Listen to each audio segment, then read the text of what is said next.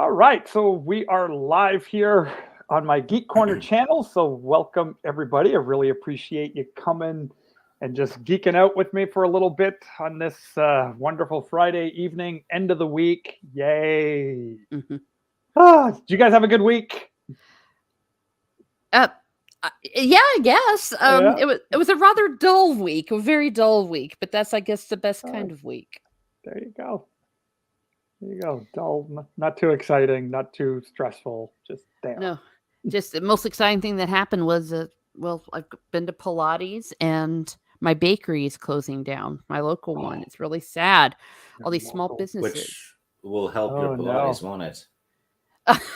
There you go. You could do less Pilates when there's less things in the bakery. So Oh, for crying Yeah. out loud! I usually just get a sandwich there. Crying out loud. yeah. Jeannie Mac. It's been quiet here too. It's just been doing a little bit of reading and Okay.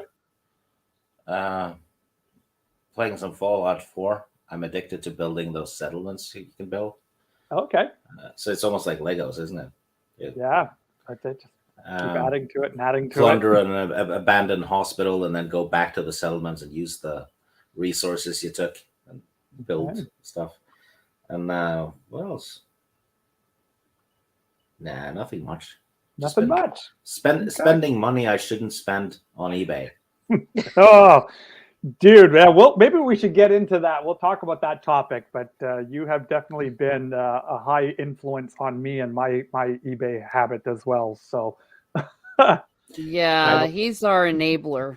exactly. Yeah, I've gotten people to buy games on GOG now too. I've done that too. So yeah. You know what happened? I actually sent the link to the Dragonlance Gold Box games to a fellow on Twitter, and he didn't Okay. know about them, but he's a big Dragonlance fan. And then, Oh, really? Never knew about them. Yeah, and then 3 minutes later, Yep. I get a message back and says, "You know what? You're a damn enabler." So you bought exactly. So you bought them, and he was like, "Yes." Of course, I bought them. Yeah, and he said, "I hope I can save the game in this." I'm like, Yep. yes, you can. Yeah. You will make use of that one. Oh yeah. Yeah. Oh, that's awesome. Well, that's cool. So for those that are just kind of signing in to the channel here, so I have with me today, I've got some friends who I got to meet basically through our love of books and love of Star Wars Expanded Universe books. We have Teresa, Miss Martin Muse, and Stig. So I've chatted with them a number of times on different channels, and I think we've done one or two things maybe on my channel. I don't remember. I don't do this too often. Mhm. But today I thought it'd be fun to just geek out a little bit and talk about Dragonlance, because it's fun that Dragonlance is in the news again, big time, Well, because is it of fun, a though? new book. Well, I thought it was going to be fun. It's in the news. It's in the news. A new book series came out, so they were kicking off a new trilogy. New source books and a new board game is coming out for Dungeons and Dragons by Wizards of the Coast. So it looked like it was going to be really exciting for Dragonlance fans. I just dropped out when I saw the elf with the cyborg leg. That I couldn't believe that when I saw that image released. I was like nothing could look more far from Dragonlance than that picture did. Yeah, there's a role-playing game, franchise called Shadowrun, which is basically kind of like Dragonlance, but it's in the Blade Runner era of society. So you play as an elf hacker and stuff like that. Right. It would fit like a glove there. Yep, totally. Yeah.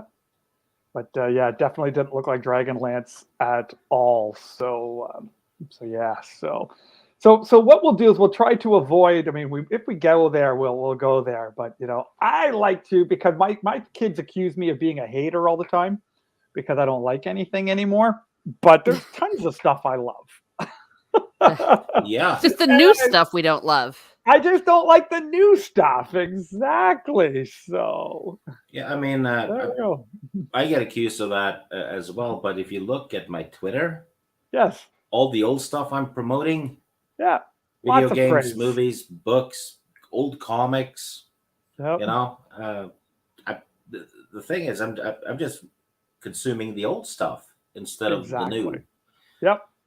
Yeah, I'm on that exact same bandwagon. It's been really amazing going back to old book series from the 80s and the 90s and video games from that era. And really the richness of them and just the depth of them are amazing to think of. You know, a little bit of the stuff is on us because, you know, in the 80s when we had, you know, Dragonlance, Forgotten Realms, there was something called Mystara, Ravenwolf, Dark Sun, we had Conan. Yep. All that stuff. And the Star Wars EU. Yep. And we took it for granted. We were spoiled rotten. Yes. We didn't even realize what we had. We never thought it was going to go away. Right. Of course. Yep. Well, I remember, you know, this touching base on Dragonlance and Dungeons and Dragons, like when TSR got bought out. Yeah, like, that's when it started changing. By the company that made Magic the Gathering cards. Like, who would have ever have thought that this one company that just made a card game would take over something as huge as TSR? You know how many Forgotten Realms? Make it their own. I think that's the way we're supposed to call it. It's not that they made it their own. You know how many Forgotten Realms novels they released last year? I don't know. 1. You know how many they released 15 years ago? Oh, it had to be 100, like dozens and dozens. About 20 a year on average. Yeah. Now it's just 1. They're just doing the Dritz stuff. That's it. Wow. It's crazy. They killed their golden goose. Yeah, and they're not doing source books anymore either. They're just doing adventure modules. Okay. Yeah. No, like I was sharing before we got on and before I clicked the live button, that sometimes these companies, I think they just don't know what they own. And then they just don't know what to do with it. So I've been going back. Because I finished my Star Wars EU collection, I figured I needed something else to do. So I started. You needed to waste money on other things. I needed to find a way to get out of my basement and interact with other people. So I decided to go back to Dragonlance, which is in a way kind of feels like returning to my first love, because honestly, Dragonlance was probably my favorite book series. Like here's a little dark confession. I don't share this with too many people, but I'll share it with the 2 of you and the 4 people that are watching right now. I've never read The Lord of the Rings. I know, right? But Dragonlance was my Lord of the Rings. Like, you know, I've actually heard people say that. That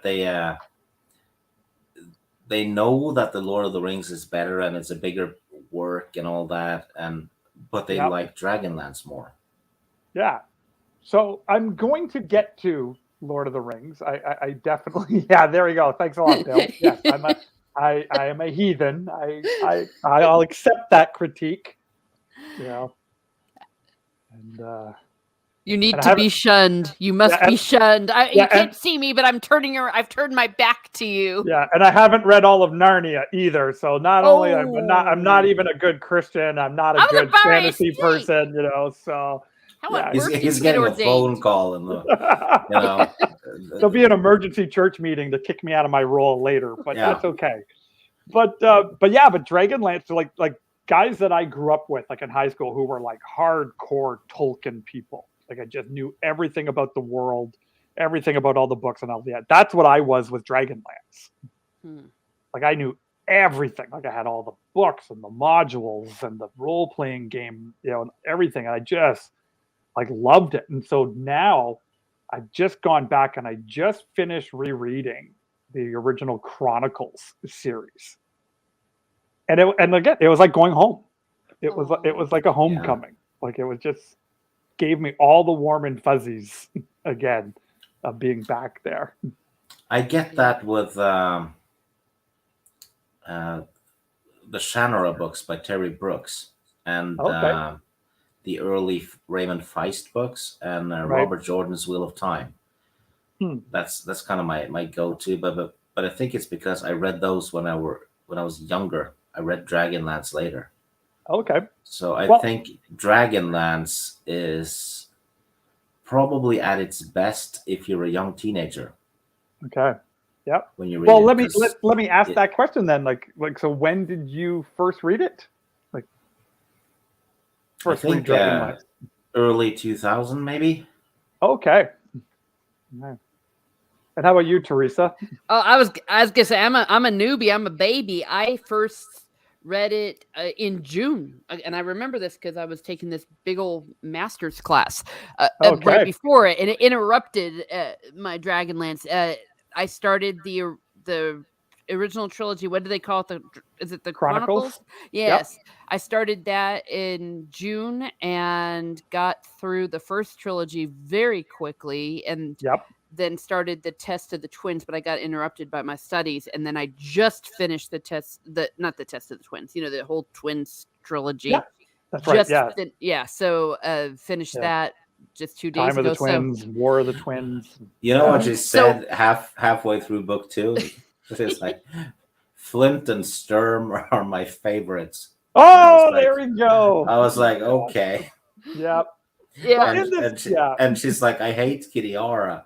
I'm like, oh, just you wait. You're gonna dislike her a bit more. I didn't spoil anything though. I was gonna say, to his credit, he didn't give anything away. Yeah. The thing is, it happened just months before too, because she was reading Feist books. Okay. And she was like, "Yeah, all my 3 favorite characters are in this book. It's gonna be great." And I was like, "Yeah, that's the 3 that die." That's right. Yes, exactly. My 3 favorite characters. Yes. So every time she has a favorite, the person dies. There you go. So that's foreshadowing. Exactly. Well, here's the thing. I mean, it was pretty funny because I was like, yeah, those 2 really are coming out as my favorites. And so Taz, he started to grow on me. I really didn't like him at first. And then I was thinking, oh no, like around the second book of the Twins book. I was Legends. Isn't that it? Is that what it's called? Exactly. Yeah. Yep. I was thinking, oh my gosh, this guy's gonna die. Taz is gonna die because you like him too much. I started to like him. He started to grow. He started to grow on me. Yep. At first, I was rather annoyed by him. Okay. Oh, I don't like him. You didn't like Tasselhoff Furfoot. It's because he's annoying as heck, and he's supposed to be. So he's absolutely well written. Yep. And all that stuff. And I actually like the Kenders too, because they're not halfling knockoffs like people say. They're different. They're very different. But I still, he annoys me, and I wanted to get squashed. Yeah. And the same with Caramon. Okay. Oh, I still wanted him. He's too emo for me. Thank you very much. Okay. I loved it when Tika just tossed him out at the beginning of the Legends trilogy. It was just right. Yes. Tika is awesome. Get your life together. Yeah. Yeah. She's one of my favorites, actually. Yeah. I like Tika a lot. And I like Gold Moon and I like Riverwind. Okay. Yep. Gold Moon is underused as far as I know. Because she kind of she was very important in the first Chronicles book. Exactly. She got a little sidelined. Yes. Yeah. So did Lorana. We didn't really see her. Well, till the end. Or then she becomes the Golden General, right? Well, and this is the thing, like all these characters that we just named, all of them had this really cool progression. Mm-hmm. Right? You get Tika just like this barmaid, like an adopted girl working in a pub, and then becoming this massive hero. Yeah. Of a fighter. You get Gold Moon, who just is like this stereotypical chieftain's daughter, spoiled princess who brings the knowledge of the new gods back to the world. Mm-hmm. You get even Tasselhoff, who's supposed to be like this massively annoying character. By the end of Legends, is like completely different. Like just with everything he's been through. And that's one of the things I really love the most about this series is everyone has got this. Everyone's on this journey. Everyone's got some darkness or demon or hang up that they're working through. Yeah, I'm gonna read the meetings books, which is 6 books, and then the preludes. Okay. After that, but Gold Moon and Riverwind don't even get a meetings book because they meet in the Chronicles trilogy. You know, they meet. Isn't the Riverwind? There's a Riverwind preludes book. Okay, it's preludes, but it's not part of the 6. Yeah, it's not part of the 6 meetings. Yeah, the original companion. Because the other companions are at the tavern meeting up. That's right. And then Riverwind and Goldmoon happen to be there at the same time. So they don't know them before, the first Chronicles book. That's interesting because I just started reading the first book of those 6 books as well. About a quarter of the way through the first one now. I kind of have this in my mind too because there's a document that Stieg made because I've been trying to get them when I go to the half price bookstore. So I know what's in the meetings or whatever because I'm looking. And then I cross them off or I basically made like what I thought would be an essential Dragonlance book list. Okay. Because there's a lot of spin-off stuff that you don't really have to read. Yes. Yeah. So I made a little list, which is the one I'm sticking to as well, by the way. Okay. Well, I'd be very interested in seeing that list because I've got a list of all like 200 books. Wow. and I'm slowly picking my way off. Is it 200 novels though, or do they also list the D&D books? No, this is just the novels. Oh, I didn't think it was that many, but it's 100. It's more than the EU if you just look at the novels and not all the kids' books and everything. Yeah, and it comes out to. I'm just pulling it open here. Where did I put it? That's an insane output. Yeah. Well, it's like you said, like we were saying a little bit earlier about the Forgotten Realms books. Like they were putting out like 10, 15 books a year. Yeah, I mean the Dritz series alone, if you count the Cleric Quintet in that, because they do crossover, it's at 42 or 43 now. Okay, so Dragonlance. Dragonlance is at 173. Yeah, that's more than the EU. The EU is 157. I thought it was 50 something. Yeah. So out of the 173, I have 52 of them now already. Oh my goodness! I'm at a 20, I think. I do want to get the first trilogies with the original covers. Yes. Yep. Because those covers are important. But they're gorgeous. I have some weird covers for the Legends. Yes. I saw that you had posted. You had sent me a picture of some of the covers of the books you got, and I'm like, those aren't even Dragonlance pictures. Like they're like different D&D artwork. One is because it has Lord Soth on it, right? Leading some Death Knights, but that doesn't even happen in the book, right? Yeah. Lord Soth had a crossover with the Ravenloft books. Yes, which was a very cool book. If you were into Ravenloft and Dragonlance, kind of seeing where Lord Soth ends up and. Basically, if you were familiar with Ravenloft, is every time this new evil being would go there, a new part of the realm would expand, and so he had his own area in there. It's basically like kind of like a horror dimension set between the D&D worlds in a sense, and you enter through mists. That's right. And once you've entered, you can't leave. You're trapped in a horror world. You're trapped there forever. A vampire. Oh my gosh. Yeah. There's a couple of video games, Ravenloft as well. They're good. I've beaten one of them. There are, yes. Yeah, Ravenloft was again, this was like in the heyday of TSR Dungeons and Dragons where they were just coming out with like top quality, really interesting stuff and just like producing it like crazy and having like really great writers and artists and everyone all involved with it. And that's why again, like you said earlier, Stig, it's kind of like we just took all that for granted. Just assumed we'd always have it. Well, then you look at the garbage they're putting out now. Like you just said, it's just, and then it drives me crazy when people are like, "Oh, is it really such a big deal? Is it really important?" It's like, yes, it is. Yes, we're losing art. We're losing aesthetics. We're losing things that are beautiful, and it bothers me. Like, one thing that I like about these books is how at the beginning of each chapter, there's like a little inked drawing of what you're going to be seeing or something that's significant in the chapter. That's loads of fun. Right. Yeah.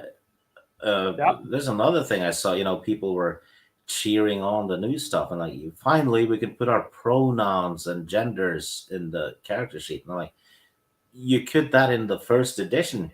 You could. Where it says gender, you can write whatever you want there. Right. Yeah, exactly. Yeah. You could be gay, there. Be whatever, you could be trans, you could do whatever the hell you wanted. Yeah. Oh heck. Too late, I already said it. Yeah. Well, and that's the thing, right? Like, I remember, like, I was talking about this with my kid. I was hanging out with my 21-year-old son, and we were just talking Dragonlance, and he was like, "Well, what's it about?" And then that's when I just kind of gave him the entire history of Krynn, boy. From the time of Istar to the Cataclysm to the War of the Lance to the, and he's looking at me like, "How do you know all this?" Yeah, it's like we've known each other for 21 years, and he's never heard me talk about this. And that's what really kind of fired me up, going, man, I got to get back into this, because I honestly was shocked on how much I remembered. Yeah, this is what the new casual people, casual fans don't get. That just Googling something isn't the same as having grown up with it and experienced it over decades. Mm-hmm. Right. Yeah. That's a whole different level of knowledge. Same with Tolkien. Yeah. Yeah, absolutely. Well, and that was one of my, again, we won't talk too much about the new Dragonlance book, but one of my big criticisms of it is you'll never make a more interesting female character, in my opinion, this is just my opinion, than Laurana. Mm-hmm. Who went from she was great. Went from a spoiled brat elven princess to becoming the Golden General, the leader of the War of the Lance, leading the Knights of Solamnia. Right. Yeah. And now they've got this new character, Destina Rosethorn, who's a spoiled, rich kid, daughter of a knight. And it's like, we've done the spoiled brat before. Yeah. Well, so, I don't know. Yeah. I don't know too much about this, but I figured that something was up when the whole lawsuit thing happened, that something affected this book. And I don't know the details of it. I've heard like rumors and people talking about the lawsuit and all that, but I've never honestly gone and dug it up. I don't know. Like, do either of you know anything about it? Like, I don't know the details about it at all. Well, I think that it was confidential. Like, they didn't actually say, or correct me if I'm wrong, Sneak. It said something about, and this was early on, that the book as it was, the draft for the first book, I think it was something about how it doesn't measure up to their Wizard of the Coast's modern values or something like that.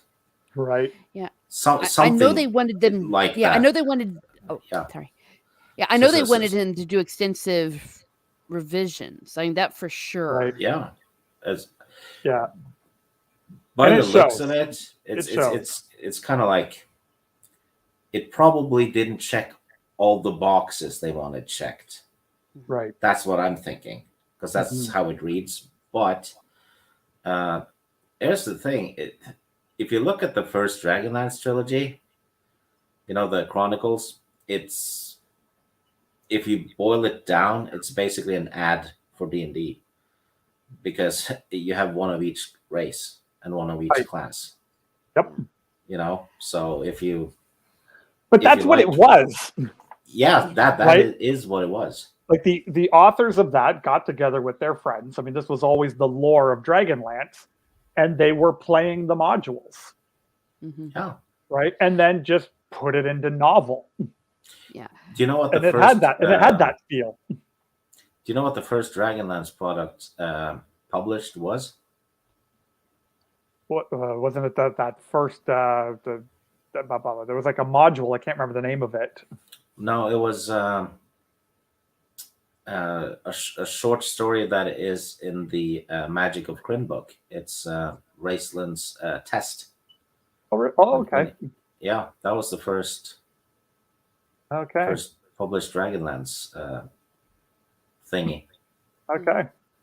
Well, cool. And Raceland, I read some interviews or something that they'd said that Raceland kind of popped up during those sessions, and I guess one of the players that worked with them on the whatever that first source book was, or I forget. Mm-hmm. I don't know what it's called, but that he did this like little wrestling, this little rustling voice, and they were like, "Ooh, that's good," That's right. Yeah. Ooh, we like that. Keep that. Yeah, exactly. Listen, yeah, we need a character that does, does, And I was really fascinated by Raceland, especially in the first book, right? And toward the end of the twins, I was a little bit done with them because I thought that he was going to go somewhere toward maybe some sort of redemption, or I guess he kind of got it from a certain point of view, but it really did just boil down to he was bad, and he was really bad.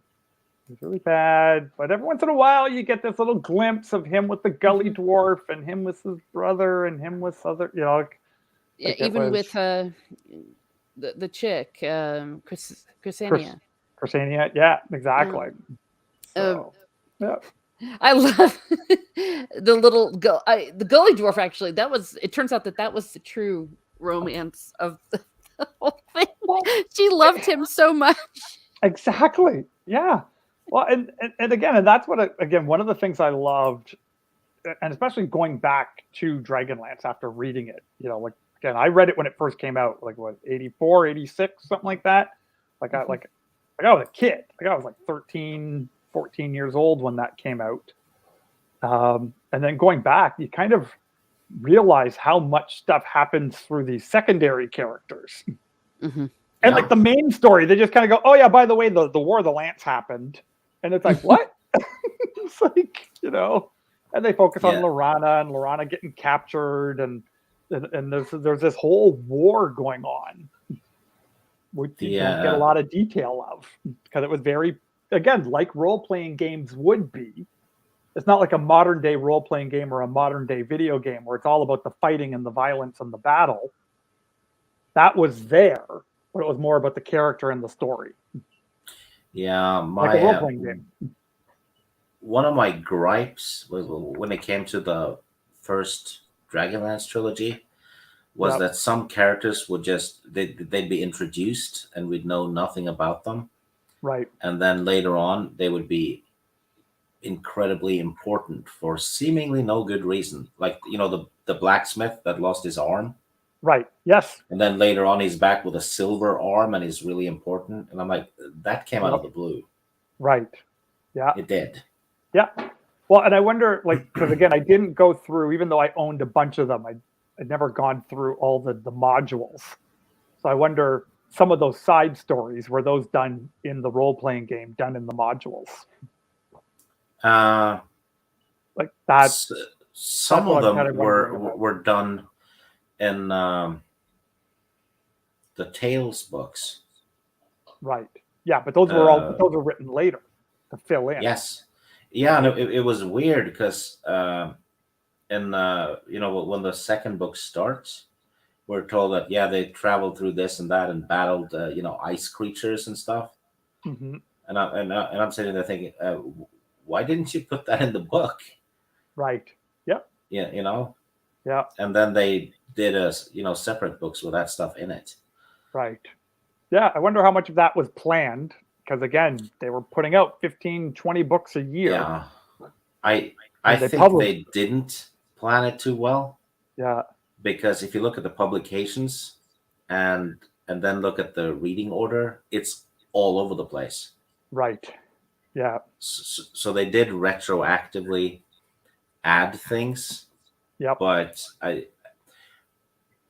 don't think it was planned well, but I think they got away with it. Right. Does that make sense? Yeah, totally. Well, that was before you had elements of what we would later see in the EU, for example, when the New Jedi Order got started, where they really worked overtime to make sure that wouldn't happen. Right. This was kind of like the Wild West, the 1980s fantasy, those books. Yes. Yeah, 1980 geek culture was a different world. Yeah. Yeah. Well, and again, I wonder how much too was in the hands of Margaret Weiss and Tracy Hickman, or how much of it was in TSR's hand. You don't get this sense that there was this, Dragonlance story group that everything ran through. But maybe there was. I don't know. I don't know a lot of that back end. I just know the lore from the books and the resources that I would just devour. I know the Forgotten Realms, the way that was set up was very similar to the Star Wars EU. Okay. But instead of having, the two Star Wars trilogies as, the foundations. Right. They had the D&D editions because they would release the Forgotten Realms campaign setting, which had the history of the Forgotten Realms in it.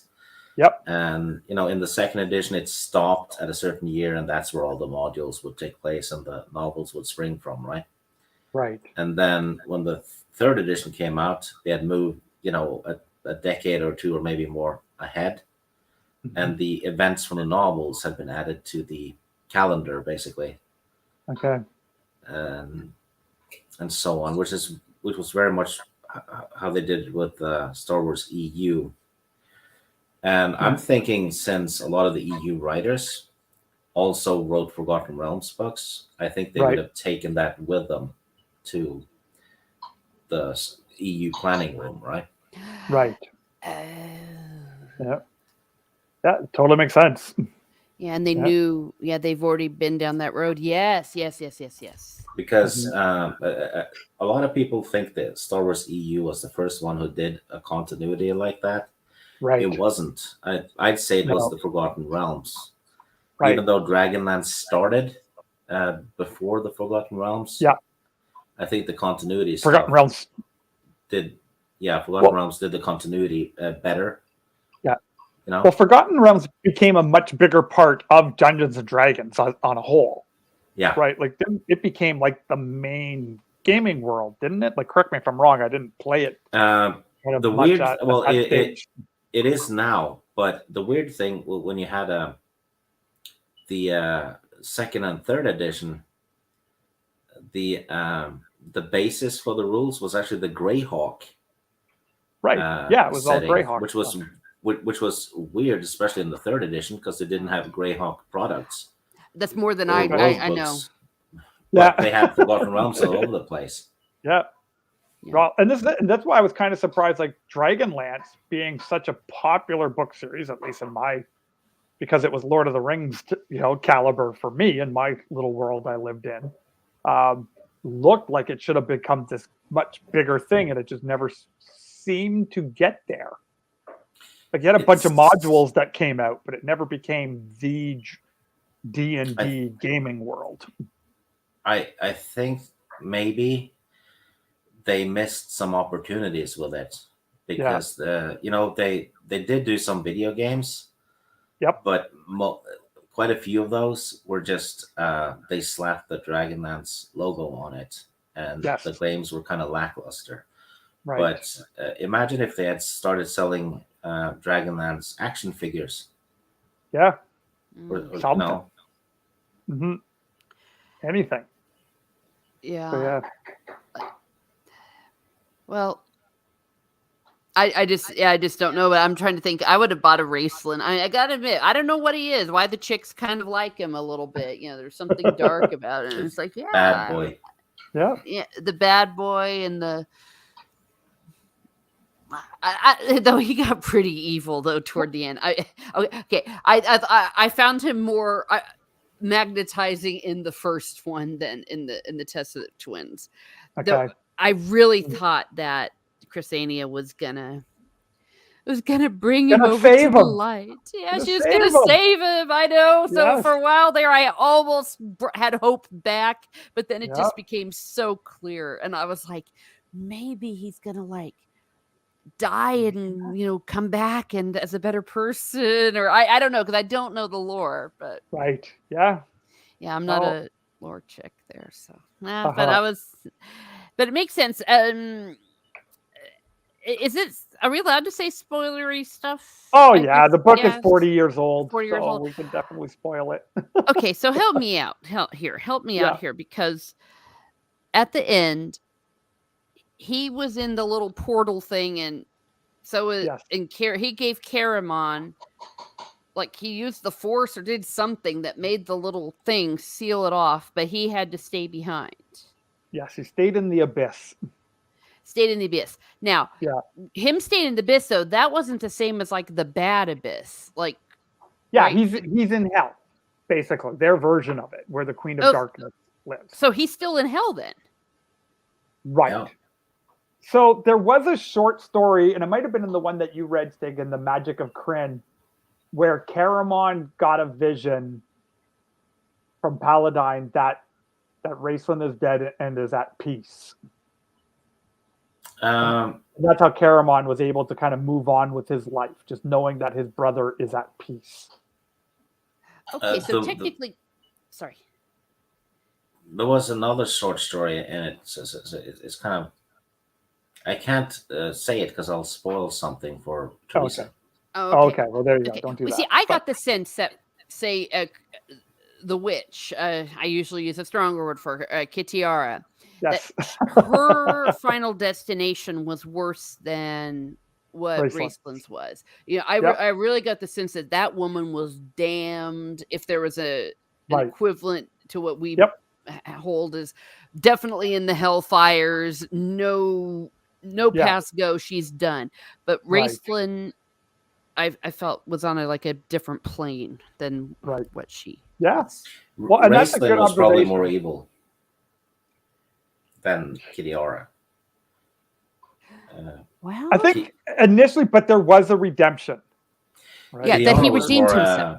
There was a redemption. I have a theory that you know how they do the good, neutral, and evil as a thing in Dragonlance, which is basically the alignments in D&D. Yeah, Dungeons and Dragon alignment. Yeah. Yeah, and at the heart of the Dragonlance stuff, you have the three siblings: Caramon, Raistlin, and Kitiara. Caramon's good, Raistlin's evil, Kitiara's neutral. She's chaotic neutral, which is selfishness. Right. So I just thought it mirrored that. I might be wrong though, but I just thought it fit a bit. Yeah. So she's more the chaotic neutral. Yeah. Caramon, the lawful good, and Raistlin would be what? Well, evil. Well, here's the thing though. I felt that, but at least Raistlin to me seemed like, despite everything, he still had a little bit of a heart. Like you could tell he still loved his brother. Kitiara, I didn't get that feeling. I felt like, especially at the end and everything, she was just looking out for number one, and she was only sorry she was dying. Yeah. Yeah, but she was also good to Raistlin when they were kids. Right. Well, but this is as a grown-up, though. Yeah, and you got a little bit of a sense, like how much she still loved Tanis, even though it was kind of twisted a little bit, and even when she died and Lord Soth couldn't take her because Tanis's love was still hanging on to her. Again, there's some depth there. Again, probably more than what my 14-year-old boy brain could handle at the time. But thinking about it now, there's something there. Yeah, that's actually something I've noticed about myself as a reader too. The books I really enjoyed when I was a kid, when I read them, I was way into the action. Right. cool, the Sword of Shannara. They're gonna fight the gnomes and whatever. That was awesome. And then now that I'm rereading it again on Teresa's channel, I noticed quite a bit of other things that are very cool. Yep. Yeah, we were just talking about that a bit earlier, Chris, like, and talking about Boo-Poo and like, because Raceland was abused, he beaten up and bullied, then he connected with the least of these, for lack of a better term, right? Like for those other people who would have been abused, people like that would have been taken advantage of. But it didn't translate over to Kender. No. Yeah, I mean, well, like I said, sometimes he seemed like he had something there, and then maybe Taz annoyed him one time too many. Yeah. But just a sidebar, I was actually just reminiscing about this when we were talking about Tasselhoff earlier. So because this was all set around Dungeons and Dragons and using Dragonlance as a realm to play AD&D, they used to have these rules for Kender in the source book, Dragonlance source book, where because they're not bad, they're not thieves, right? They're not thieves. But you would just look in your pouches and you'd have random items that you didn't know you stole. Yeah, they're kleptomaniacs, but not for personal gain. Exactly. So you would have they had this chart, like a D100 chart, where you would just you pick a category and then an item. So you just stick your hand in a pouch, and the DM could pull out anything he wants to drive the story forward or anything like that. I was like as a DM, that was a great story, to make the story go in a direction you want it to go. If you had a Kender in your party, you could just, you've got this magical device, you've got this cursed gemstone, you've got this whatever. I thought they did, especially with the third edition, they went haywire with the magic items.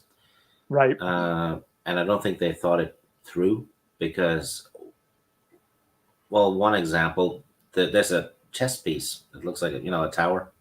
Okay. And the idea is you'll put it on the ground and say a magic phrase or something, and it'll grow to a fully blown tower. So, the party can camp in it, right? But every player out there just, went near a town or an enemy camp. Yep. And tilted the tower a bit and then extended it, right? Made it grow so it will just fall over the enemies. Mm-hmm. Okay, yeah. So it's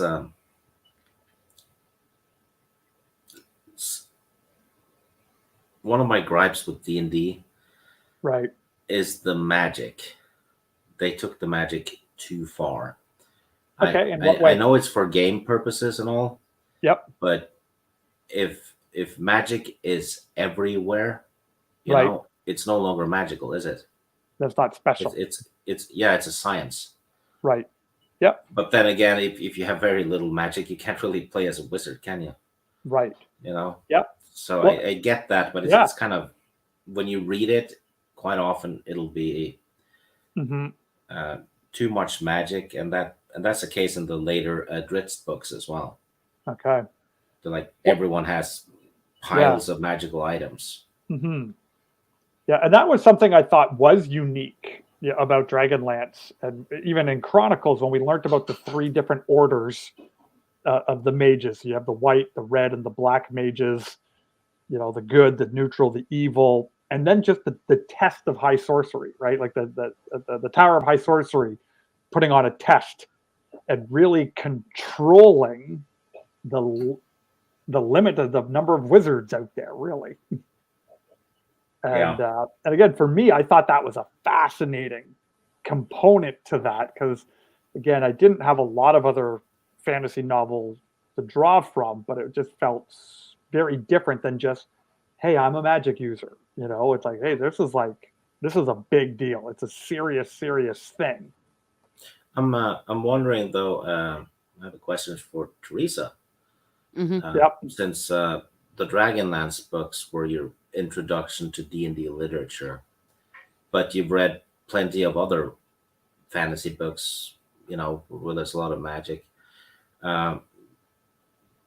Did you feel it was different in Dragonlance, for better or worse? Gosh, it's hard to compare because each world does it differently. Because right, the sense I got from the Dragonlance is I could almost feel and hear the dice rolling during it. For reals, it was like, but in something, for example, like the Lord of the Rings, where magic is so limited, I mean, barely ever creeps through, and its source and uses for other reasons. I felt like it was a little more in Dragonlance, a little more cartoony, if that makes any sense. Yeah, kind of. Well, it was definitely more the role playing game, right? You had to memorize your spells. You had to. It was the role playing game. Yeah. So, and I'm trying to think of other fantasy. I haven't actually read a great deal. Let me rephrase that. I'm thinking of Pug. Let me backtrack on that. I feel like, Pug, he had to study really hard, and there was an innate ability, and it seemed like magic was very rare in the Feist ones. So, yeah, there's not that many wizards and stuff in the Feist books. Yeah, so, and of course I'm going to be reading the Dritz, so I'll see about that. But yeah, I'm just talking this through out loud. The Dritz books are very similar to Dragonlance in terms of magic, because they both use the D&D rules. Okay. You have to memorize spells, and the clerics have to pray for spells, Okay, and then which is the same as memorizing, really. Okay. Right. Yeah. All right. Yeah. So I guess the answer, that's a very long way of saying yes, it is different. Good answer. Yeah. Well, I'm a woman. We can't just say one word. No, we need more words. There you go. Yes. Good thing. Well, to be honest, a woman only has to say yes. That's all she really has to. I don't know.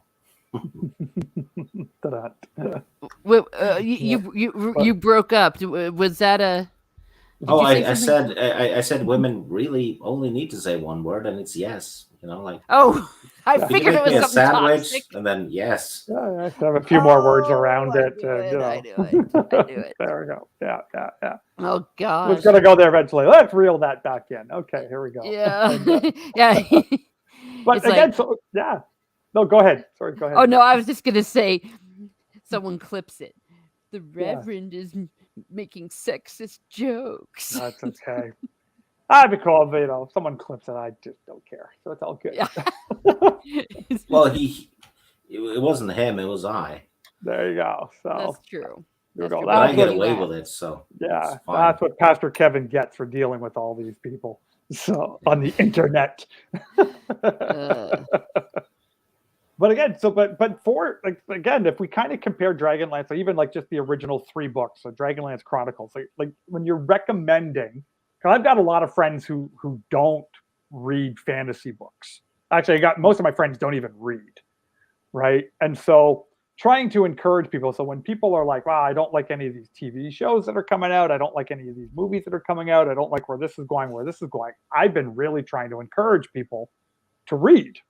Mm-hmm. Like, grab a book, go support a local secondhand bookstore, go to support a thrift store, a flea market, all these, like I'm actually working with a lady and a husband who own their own secondhand bookstore. And she's like looking for all the Dragonlance books for me, like that's what she's doing. And she's like, I'm going to find all of them. It's like, okay, well, don't find them all in one shot because I can't pay for it all in one shot. But well, you have your own local dealer. Drug dealer. Do. I've got my own drug dealer helping me out find all these books. It's like a syndicate happening up there in Canada. But it's a great way to support local small business. That's what I love about it. Right? And so that's why I've been encouraging people, go check out these old books if you're not enjoying the new stuff that's coming out. So where would Dragonlance Chronicles fit on that scale for you guys in recommending it to people who might not be their normal genre that they read? Well, I tend to, enable people when it comes to fantasy books and all. Yep. And personally, when I recommend Dragonlance, I recommend it as a very classic fantasy because you have elves and dwarves and stuff. Yep. And also a little bit as a guilty pleasure. Yep. Because the Dragonlance books are not the best written books. They're not the Lord of the Rings, Right. Yep. Or anything like that. But I always promote them as guilty pleasure and pure fun. That's a great way to describe it. And they're kind of like feel-good books. Yep. And I always promote the cover art, which I firmly believe is a big part behind the success of Dragonlance. It's the artist Larry Elmore and right. Yeah, that's another dying art. They just don't even use artists anymore. They just take stock photos. Right. Yes, it's Photoshop stuff. And, yeah, keys and apples and chess pieces. That's chess pieces. Yeah, that's another covers one. Now, even though that world doesn't even have chess. Right. Exactly. It's like they don't play chess. This game doesn't exist. Yeah. Or a table with a candle, a map, and a dagger on it. Yeah, that too. That's often on new books. Yeah, I would say soap opera is the wrong word because obviously it's not a soap opera, but soap opera for geeks. But I think especially in the first trilogy, they did a really good job of throwing in romance. You could tell that Margaret was probably like throwing something for the chicks here, and then Riverwind would go, "Oh, Gold Moon, I'll protect you. This reminds me of when we first met, and I knew I loved you." And there's a wedding at the end. It's Riverwind and Gold Moon comes off a little bit as a one of those bodice ripper novels. That's what I'm saying. It has that DNA, doesn't it? Yeah. But also the soap opera for men is the fighting and the wizards and the mages and every 14-year-old boy that I knew wanted to meet a Tika Wayland. And well, that too, yeah. Okay, where's my fighting barmaid, and they all went through that phase as well.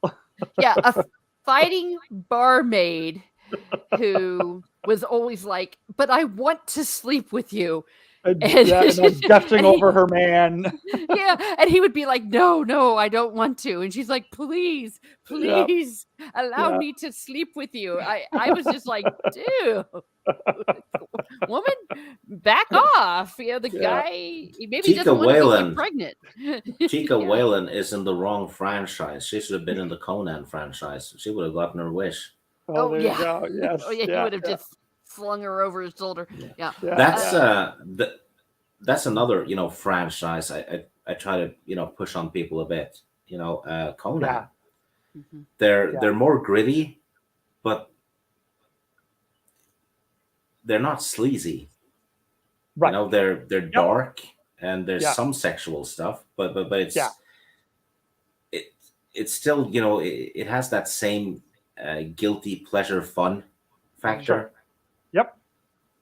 Yeah. Well, and just the way Conan will just go and just like beat up everyone in the bar. Yeah. It's like, He's like, that barmaid is mine. And, well, exactly. Yeah, I'm reading one right now where he just got really mad because a hooker he likes, some guy was. Well, because she was a hooker, okay, but he was getting jealous and he got sullen and and so he picked a fight. They're fun. I mean, it's battles against big beasts and evil wizards and and to go back to your question though, I don't know if the people I know would be into, for example, Dragonlance, but on the other hand, most of the people that are my friends, we're big readers. We're total nerds, total geeks, and not just fantasy, not just sci-fi, but great literature too. So, but I think where Dragonlance might work is because it's relatively simple and the chapters are actually rather short. Yes, and you can just you can do a chapter in a sitting real easy. Yeah. Yeah, and you can read the first trilogy and just stop. Yeah. You technically have a complete story in it. Right. Yeah, you don't need to read all 174 books. Yep. Yeah. Especially since probably half of them, they tried to, and I've been meeting more and more Dragonlance fans online who dislike where they went with Dragonlance in kind of the Chaos Wars. And I don't know any of this stuff. I haven't read any of that stuff yet. Yeah. Dragonlance died out in the early, I guess, 2009 or something. Right. So something like that. And maybe it did so for a reason, that it was a bit mishandled, maybe. Yeah. It took a turn that people didn't like that much, or, it just fizzled out. Right. But then again, a lot of franchises do. I mean, it had been ongoing since 1984. Eventually, right. People will call it quits because it turns into Marvel easily when it just never stops. Right. Yeah. Well, it's kind of like going back to like Star Wars as the example, right? Like Star Wars, like George Lucas has been quoted saying, like, it's the story of Anakin Skywalker, right? It's the rise, the fall, and the redemption of Anakin Skywalker. That's what Star Wars is. Yes, there's this big, ginormous galaxy with a lot of other stuff happening, but none of that other stuff matters. It's this. It's Anakin Skywalker. Same thing with Kryn. Right. So here you have like this world that they created, this fantasy world, but ultimately what the story was about was the return of the true gods. It was these 6 companions, and then Raceland's desire to be a god, and then that redemption, and then the world now just moves on. That's the story. Now, yes, there's all this other stuff they can do around it, but this is really the most interesting part of the story. We've already told it. Yeah, it's So what else? I guess if you compare it to Star Wars, the first 2 trilogies of books is basically the Star Wars, prequels and the old trilogy. Right? And exactly. You can stop with that, and then the other stuff is the expanded universe. Really, if you want to read about the Gully Dwarfs, there's a book. Right, exactly. Yeah, if you're into Gully Dwarfs, here's a book. If you're into Kender, here's a book. If you're into the Cataclysm, here's a book. Yeah, and the Knights of Solemnia, and there's a series on that as well. Yeah. Right, yeah. So you can go and read on any of these characters that you're interested in that timeline. But as soon as you now try to go beyond that timeline and try to tell something new, it's like, almost wondering if it's just better just to create a new realm, create a new story. The Knights of Solemnia, for some reason, tends to be the stuff I'm interested in the most. Okay. Which is, because everyone just tends to like one faction or whatever a bit more. Yep. With Star Wars, it's usually people like the Sith. Yep. Yeah, I mean the Jedi, Darth Bane, and yep. Yeah. But with Dragonlance, for me though, it was the Knights of Solemnia. Okay. Kind of like the Knights of the Round Table. Yeah, they're classic knights. Yeah. Which is cool. Nobody really does classic knights anymore. So yeah, and it had some cool backstory to it, right? It had a lot of like richness to it. It had, they're falling from grace in the public eye. All the political stuff, backstabbing and positioning that they were going through to try to become, the Knight of the Rose or the Grand Master. I can't remember what it was called.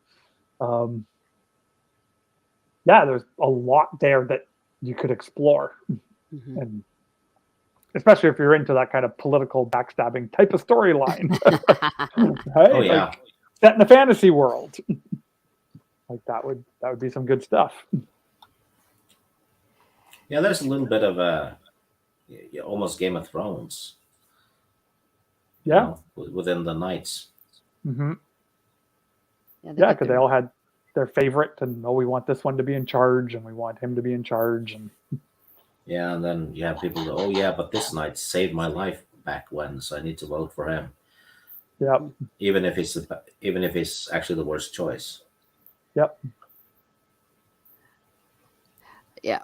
Well, would the word side mission be appropriate to that? Yeah. Yeah. Pretty much, right? Well, and that's what a lot of these stories are, right? Again, that's what I liked about Dragonlance. Like when we talk about it, one of the comments, or someone said like they don't like it when they say it's for teenagers. This comment here, the Dragonlance is just for the kids. It's like, well, no, it's not that it's for kids. It's written in a language that's easy to follow. Yeah. Like it's not, you're not going to get confused in the writing going, oh, what is it? I can't understand half the words. But there's a depth to it that suddenly there are all these other little stories that you could do if you're interested in exploring them. Well, and I'll tell you what, if they would build that inn and the treehouse inn in Solace, and oh goodness, yeah. Oh, I would so go there. Can you imagine going there and like it's sort of like they did with Harry Potter, right? But you could go to that tavern and have food and have some spiced potatoes. Yeah, I know. I want to go visit that tavern so badly. It was fun. Mm-hmm. Yeah, I think a lot of people would have, if it had been available, get a model set of the End of the Last Home. Right. Imagine having that one. Yeah. Like a big model set and little, Tika figure in it and whatever. Yeah. Well, that's what you said earlier, kind of the missed opportunity of Dragonlance. There wasn't a lot of product apart from the novels. And even and the comic book series, like there's a comic book series made by DC Comics that came out in the 80s as well. But apart from that, there wasn't really all that much. Yeah, they did graphic novels of the first trilogy and Legend of Huma, but they started the Legends one, but then they went belly up. Okay. The company that did it. Right. Yeah, and I found a box as I was cleaning out some of my storage room. I have an old box of Ral Partha miniatures, like metal miniatures of Draconians. But I was like, half of them are lost and missing, so there's only about half of them left in the box. And I was like, I don't remember this ever coming out. I don't remember them ever doing anything else with this stuff. There wasn't the companion. There's a cookbook, I think. A cookbook? Yes. Recipes. Okay. It might be in one of the role-playing game books. I'm not sure. But there's the End of the Last Home, the menu or something. And it says, and I think it has sheet music too, doesn't it, Steek? Yes. Yes, there's sheet music for they had a lot of that in the modules. They had songs in the modules. Fun. So I can play them on the piano and sing. Yeah. Yeah, while you eat Tika's stew. Nice. Yeah. Yeah, I think it was part of the Leaves from the Inn of the Last Home. Collection of Dragonlance essays, legends, and recipes. Yeah, I saw it on eBay. Okay. That's crazy. I almost sent the link to Teresa, but I figured, crap, she's just bought $20. So. Yeah, there we go. Yeah. Yeah, Chris is saying, the recipes. There it is. Okay. It's like, here's a book of recipes you can buy while you're starving because you spent all your money. Yeah. I mean, but really, how hard is it to make spiced potatoes? Like, it's like, put some potatoes, some extra virgin olive oil, and some steak spice. Then you're laughing. Every time I read a scene, though, that takes place at that inn, I want to make homemade food. Yeah, I know. Potatoes and meat and whatever. stew and cup of ale or something. There you go. Yep. Yeah. Then you just need Fizbin sitting in the corner telling a tale to kids, and then it just becomes perfect. Yeah. And what is it? River Moon with her little lute thing. Was it the lute that she played? I forget. And sang a song. I think so. Yeah, when she sang her song, and sing us a song, Chieftain's daughter. Yeah. You're the piano man. Sing us a song. You're the chieftain's daughter. Yeah, and it went on for like several pages. It was fun. Yeah, there was a short story in The Magic of Kren that takes place at the inn, and there was some kind of love potion stuff in the ale. Mm-hmm. So the customers got more and more amorous, I guess. Okay.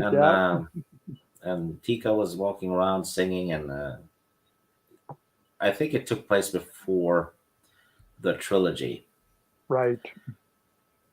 And fights broke out, and it was actually one of the better short stories in that book. Mm-hmm. Yeah. Yeah, because I think those stories, didn't they came out from, like, some of them were like published in like Dragon magazine and different places, and they just kind of all compiled them together at some point. Yeah, I think they overdid it with the short stories though, because I looked it up a bit, and it said one of the short stories is also in the second generation book. It is, and then there's also the best of tales or something, which has the best of the short stories. Right. Which is a trilogy of short stories they've already published in other trilogies. So come on, you don't have to publish the same things 3 or 4 times. Well, especially because it confuses me. There you go. Well, then it was that the beginning of the downfall? Was that the beginning of the money grab? And you know, it might be. Yeah. You know, rehashing things and. Yeah. Just we didn't sell a lot of copies of this Dragon magazine, so we'll publish it into a whole new book and everything. And I think that might have started to happen with Star Wars under Bantam, right? Because the Leia's kids are kidnapped again, and then there's a new super weapon. Yeah, right. Because that was overdone with the Bantam books, right? And then Del Rey took over and did the New Jedi Order, which revitalized the Star Wars EU a bit, I think. Okay, right. Kind of helped get it on track a little bit again. Yeah. Well, and it'll be interesting to see, like I said, like we talked a little bit about at the beginning, and just like the future direction of Dragonlance. Like there's still a part of me. You think I would have learned my lesson by now, but there's still a little part of me that just hopes that some people can take these old products and these old IPs and just do something really cool with them and make them, bring them alive again. So a little part of me, even though I've read the first book in the new trilogy, I just hope that they, that they can, that the lightning can strike twice, that they can do it again. But I'm kind of hoping that despite the stuff that happened, which is basically studio interference, right? With the books, and it's almost obvious that Wizards of the Coast kind of almost tricked Weiss and Hickman with the new trilogy. That they're writing a new trilogy, but what they really wanted was just a little springboard for them to relaunch Dragonlance. But I still think there's a chance that Hickman and Weiss will at least manage to lessen the damage, I guess, or something. Because this is their baby, I know. I don't think they'll willingly destroy anything. Yeah. So I think they're doing the best they can with what they're allowed to use. Right. Yep. So I'm kind of torn because I don't want to support Wizards of the Coast, but I do want Weiss and Hickman exactly to be supported, right? Absolutely. Yep. Yeah. Yeah, I didn't think I was going to order it. I thought I was going to wait, and I was going to hold off and wait for the paperback, but I was like, I just couldn't. And then you're do like, a brand new Dragonlance book, must buy. Yeah, it arrived at my house. I Amazon pre-ordered it, and the day it was released, it was on my doorstep. So, yeah, I just had to. So, I'm waiting for the paperback because yeah, that's what I thought I was going to do. I'm having problems with the books because I bought a few accidentally that were hardbacks because they were so cheap. So I just assumed it was a paperback, right? I didn't check. Right. Okay. So then I have book 2 of this series is a hardcover. So it looks stupid in the bookshelf. Yeah, it really messes up the bookshelf that way. Yeah.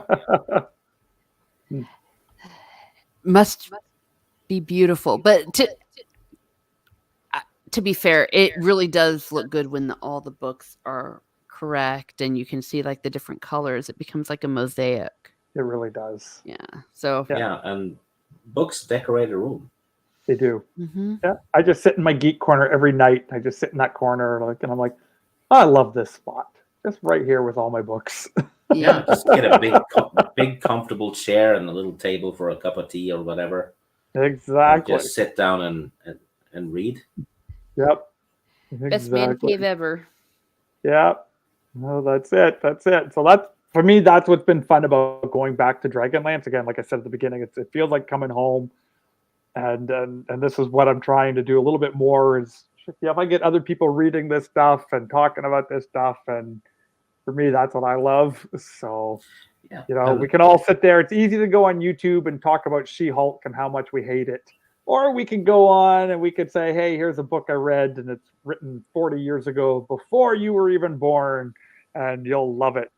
Trust me. I always try to, whenever I finish reading a book, I'll post a picture of the book on Twitter and just go, like a mini review, like, this book was, it was pretty good and blah, blah, blah, 7 out of 10, right?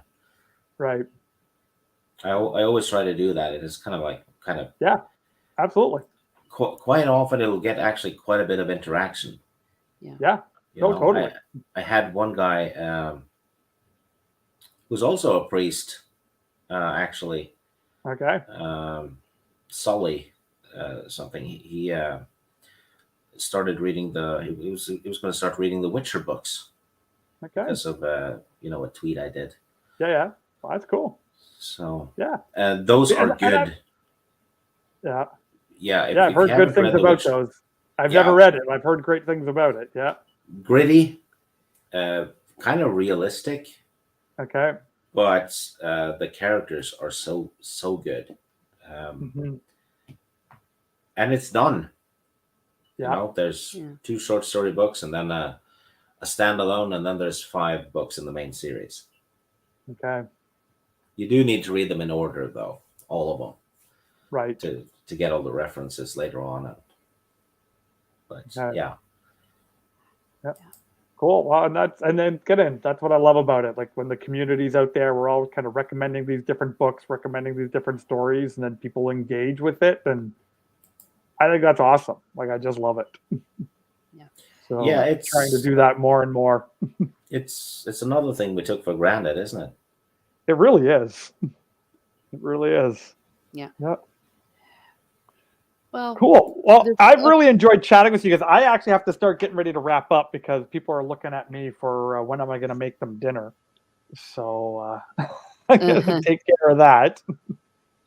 But maybe just as closing off, where can so people who've been watching with us, who like I know I've been connecting more with a lot more Dragonlance people and might not be familiar with you two guys and what you do. Where can people find you and connect with you? What you, Teresa? Well, you can find me here on YouTube, Miss Martin Muses, where I talk about what makes me laugh, makes me cry, makes me happy, makes me sad, or just really ticks me off. I've got the Sword of Shannara. We're continuing that tomorrow on my channel. And tonight I'm going to be on a Troubled Greens channel. We're going to be talking about Lord of the Rings and Tolkien. We're not going to talk Rings of Power. We're just going to talk about the good stuff tonight. Okay. Yeah. Very cool. Very cool. How about you, Stig? I'll be on Teresa's channel tomorrow for the Sword of Shannara thing. We're going through the book chapter by chapter, doing 3 chapters each stream, which is a lot of fun. Yeah. That's pretty much it. I don't do that much YouTube anymore. Okay. Yeah. So it's cool. Well, and that I'm reading books. That's what I'm doing. That's a good use of your time. I love it. That's awesome. Yeah. Well, that's one of the things I'm going to try to do more and more. Is I'm going to try to do a lot more, book reviews, book conversations, because again, there's just so many great things out there, and it's fun to rediscover them together with other people. So, there's a quote from a writer that says, "A reader lives 1,000 lives. A non-reader only lives once." Oh, that's deep. That's good stuff. Yeah, George Martin said it. Okay. Well, he can be right about many things. He just needs to, in my humble opinion, we all know. He just needs to write more. Yeah, he just needs to finish his book. Finish the Song of Ice and Fire. Yeah, finish your book, please. That's all we ask. I haven't read those yet either, to be honest. I heard those, or I gotta add to my list. They're fantastic. Yeah. The guy's lagging behind like there was no tomorrow, but the stuff he's written so far is fantastic. Yeah, and don't be fooled by the TV show. Even before the TV show went to HE double hockey sticks, it's not as sick. Okay. The books aren't as sick as what you will find in the TV show. They added a whole bunch of weird stuff. I didn't watch the show. They had killed 40 characters that weren't even dead in the books. Okay. Yeah. Well, and also in some of the, for lack of a better word, the porn. Right. Those things weren't in the book. It's not in the book. I mean, that's HBO though, right? They always seem to. Yeah, the whole show is about a shock value. The books are actually. Yeah, I think the first book has like 2 sex scenes in it, and that's 800 pages. Right. The second one, I don't even think has any. Right. No. Yep. And it's not descriptive or anything like that, Yeah, just kind of there. Yeah. Cool. So, well, thank you, Rev Kev, for giving us this opportunity. Yeah, thanks for being here and just geeking out with me a little bit. It's always great chatting with both of you, and enjoy whatever you're reading. And what are you reading now, both of you? I'm reading, so like I said, I'm about a quarter of the way done the first book of the 6th series of the Companions meeting in Dragonlance. Okay. So I'm reading that. I'm also reading the first book of the Willow Trilogy sequel of books. So George Lucas and Chris Claremont wrote 3 books with the sequel to the movie Willow. And so I found those 3 books. I'm reading that. And that's everyone told me it was terrible. And this is getting pretty hard to read, so it's pretty terrible. But but I want to get through it. Yeah, I haven't. Yeah. What about you, Teresa? Well, what I'm reading. Well, of course, I'm reading the Sword of Shannara right now, and Conan the Invincible by Robert Jordan, and I'm about to start. Once I finish this one, I'm going to start the Dritz books, the Elven trilogy. Oh, cool. So my first Forgotten Realms books. You'll like those. Those were great. Yeah. Yeah. Awesome. Well, thanks for joining me. And I'm going to click this end broadcast button. And for those who've been checking out the channel, thank you so much for stopping by. It really means a lot to me. Love having everyone part of the community here. Man, the channel got to 1,660 subscribers. Wow, never thought that would ever happen, but hey, I'm glad you're all here with me. Yay. Yeah, so until next time, we'll talk to you all soon. All right. Goodbye. Bye.